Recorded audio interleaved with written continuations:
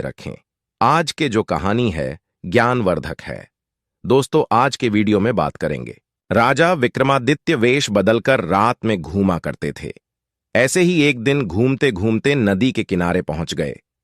चांदनी रात में नदी का जल चमकता हुआ बद्दा ही प्यारा दृश्य प्रस्तुत कर रहा था। विक्रम चुपचाप नदी तट पर खड्डे थे, तभी उनके कानों में बचाओ बचाओ की तेज आवाज पड़ी। वे आवाज की दिशा में दौड़े तो उन्हें नदी की वेगवती धारा से जूझते हुए दो आदमी दिखाई पड़े। गौर से देखा तो उन्हें पता चला कि एक युवक और एक युवती तैरकर किनारे आने की चेष्टा में हैं, मगर नदी की धाराएं उन्हें बहाकर ले जाती हैं। विक्रम ने बड़ी फुर्ती से नदी में छलांग लगा दी और दोनों को पकड़ ढांचकर किनारे ले आए। युवती के अंग अंग से यौवन छलक रहा था। वह अत्यंत रूपसी थी।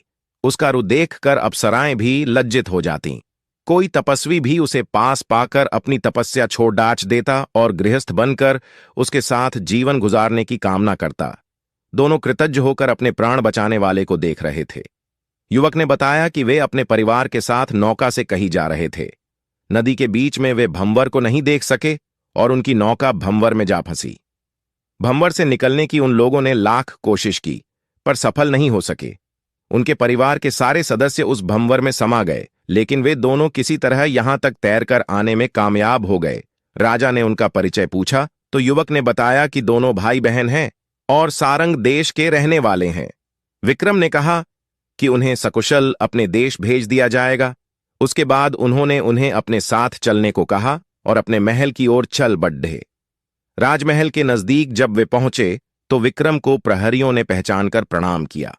युवक युवती को तब जाकर मालूम हुआ कि उन्हें अपने प्राणों की परवाह किए बिना बचाने वाला आदमी स्वयं महाराजाधिराज थे। अब तो वे और कृतज्ञता भरी नजरों से महाराज को देखने लगे। महल पहुंचकर उन्होंने नौकर चाकरों को बुलाया तथा सारी सुविधाओं के साथ उनके ठहरने का इंतजाम करने का निर्देश दिया। अब तो दोनों का मन महाराज के प्रति और अधिक आदर भाव से भर गया। वह युवक अपनी बहन के विवाह के लिए काफी चिंतित रहता था। उसकी बहन राजकुमारियों से भी सुंदर थी, इसलिए वह चाहता था कि किसी राजा से उसकी शादी हो, मगर उसकी आर्थिक हालत अच्छी नहीं थी और वह अपने इरादे में कामयाब नहीं हो पा रहा था।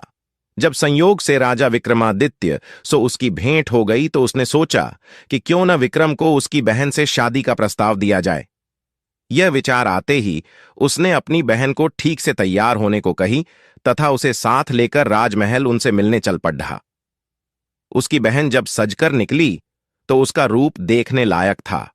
उसके रूप पर देवता भी मोहित हो जाते। मनुष्य की तो कोई बात ही नहीं।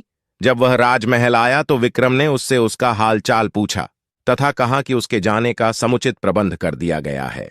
उसने राजा की कृतज्ञता जाहिर करते हुए कहा कि उन्होंने जो उपकार उस पर किए उसे आजीवन वह नहीं भूलेगा। उसके बाद उसने विक्रम से एक छोटा सा उपहार स्वीकार करने को कहा। राजा ने मुस्कुराकर अपनी अनुमति दे दी। राजा को प्रसन्न देखकर उसने सोचा कि वे उसकी बहन पर मोहित हो गए हैं। उसका हौसला बढ़ गया। उसने कहा कि वह अपनी बहन उनको उपहार देना चाहता है। विक्रम ने कहा कि उसका उपहार उन्हें स्वीकार है। अब उसको पूरा विश्वास हो गया कि विक्रम उसकी बहन को रानी बना लेंगे। तभी राजा ने कहा कि आज से तुम्हारी बहन राजा विक्रमादित्य की बहन के रूप में जानी जाएगी तथा उसका विवाह वह कोई योग्य वर ढूंढकर पूरे धूमधाम से करेंगे। वह विक्रम का मुंह ताकता रह गया। उसे सपने में भी नहीं भान था कि उसकी बहन की सुंदरता को अनदेखा कर विक्रम उसे बहन के रूप में स्वीकार करेंगे। क्या कोई ऐश्वर्यशाली राजा विषय वासना से इतना ऊपर रह सकता है? छोड़ी देर बाद उसने संयत होकर कहा कि उदयगिरी का राजकुमार उदयन उसकी बहन की सुंदरता पर मोहित है तथा उससे विवाह की इच्छा भी व्यक्त कर चुका है। राजा ने एक पंडित को बुलाया तथा बहुत सारा धन भेंट के रूप में देकर उदयगिरी राज्य विवाह का प्रस्ताव लेकर भेजा। पंडित उसी शाम लौट गया और उसके चेहरे पर हवाइयां उड़ डेच रही थीं। पूछने पर उसने बताया कि राह में कुछ डाकुओं ने घेर कर सब कुछ लूट लिया। सुनकर राजा स्तब्ध रह गए। उन्हें आश्चर्य हुआ कि इतनी अच्छी शासन व्यवस्था के बावजूद भी डाकू लुटेरे कैसे सक्रिय हो गए। इस बार उन्होंने पंडित को कुछ अश्वारोहियों के साथ धन लेकर भेजा। उसी रात विक्रम वेश बदलकर उन डाकुओं का पता लगा ने निकल पड़े। वे उस निर्जन स्थान पर पहुंचे जहां पंडित को लूट लिया गया था। एक तरफ उन्हें 4 आदमी बैठे दिख पड़े। राजा समझ गए कि वे लुटेरे हैं। विक्रम को कोई गुप्तचर समझा।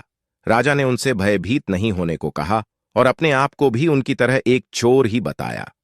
इस पर उन्होंने कहा कि वे चोर नहीं बल्कि इज्जतदार लोग हैं और किसी खास मसले पर विचार विमर्श के लिए एकांत की खोज में यहां पहुंचे हैं।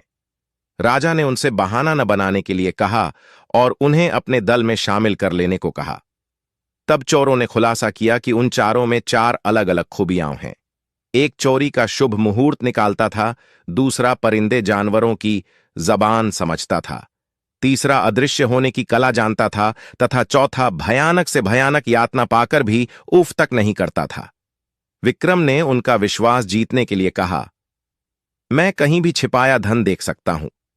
जब उन्होंने यह विशेषता सुनी तो विक्रम को अपनी टोली में शामिल कर लिया। उसके बाद उन्होंने अपने ही महल के एक हिस्से में चोरी करने की योजना बनाई। उस जगह पर शाही खजाने का कुछ माल छिपा था। वे चोरों को वहां लेकर आए तो चारों चोर बड्ढे ही खुश हुए। उन्होंने खुशी खुशी सारा माल झोली में डाला और बाहर निकलने लगे। चौकस प्रहरियों ने उन्हें पकड़ दिएछ लिया।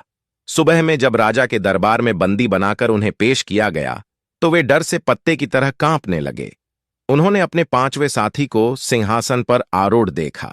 वे गुमसुम खड्डे राजदंड की प्रतीक्षा करने लगे, मगर विक्रम ने उन्हें कोई दंड नहीं दिया। उन्हें अभयदान देकर उन्होंने उनसे अपराध न करने का वचन लिया और अपनी खूबियों का इस्तेमाल लोगों की भलाई के लिए करने का आदेश दिया। चारों ने मन ही मन अपने राजा की महानता स्वीकार कर ली और भले आदमियों की तरह जीवन यापन का फैसला कर लिया। राजा ने उन्हें सेना में बहाल कर लिया। उदयन ने भी राजा विक्रम की मुंहबोली बहन से शादी का प्रस्ताव प्रसन्न होकर स्वीकार कर लिया। शुभ मुहूर्त में विक्रम ने उसी धूमधाम से उसकी